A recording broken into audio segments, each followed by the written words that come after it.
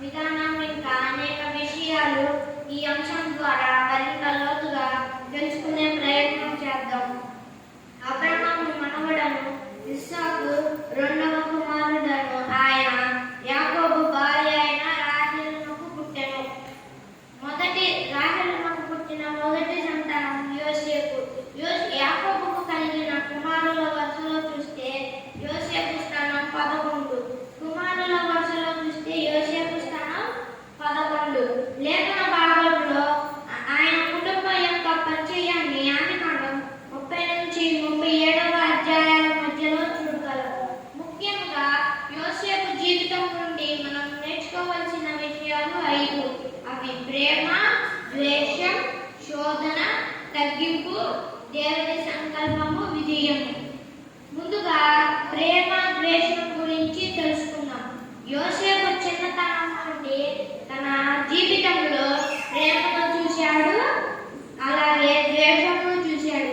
తండ్రి ప్రేమ లేఖన భాగంలో ఆదికాండము 37వ అధ్యాయం 3లో చూడగా, తమ తండ్రి తమ తమ్ముడిని ఎక్కువగా ప్రేమించుట చేత సొంత అన్నలే యోసేపును ద్వేషించి పగ పెంచుకున్నట్టుగా గ్రంథంలో చూడగలం. లేఖన భాగంలో ఆదికాండము 37వ అధ్యాయం 4వ వచనంలో చూడగలం. ఇప్పుడు రెండవది శోధన గురించి తెలుసుకుందాం. యోసేపు సొంత అన్నలే పగబట్టి తమ తండ్రికి తెలియకుండా వర్తకులకు అమ్మివేసిరి. మిద్యానీయులైన వర్తకులకు అమ్మివేసిరి.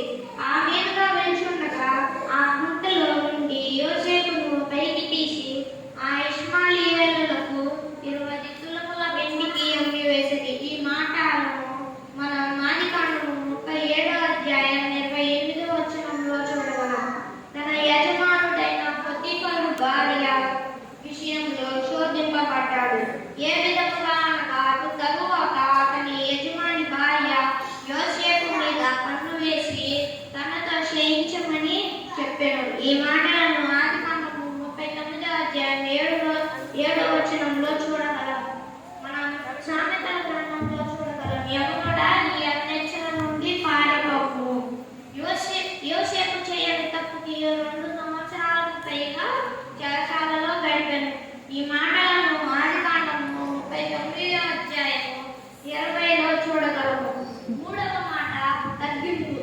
ఆదికాండము 37వ అధ్యాయంలో చూడగలం. తన సొంత సహోదరులే తనను ద్వేషించినప్పుడు కానీ, తనను అమ్మివేసినప్పుడు కానీ ఎక్కడ ఒక్క మాట అయినా ఎదురు చెప్పలేదు.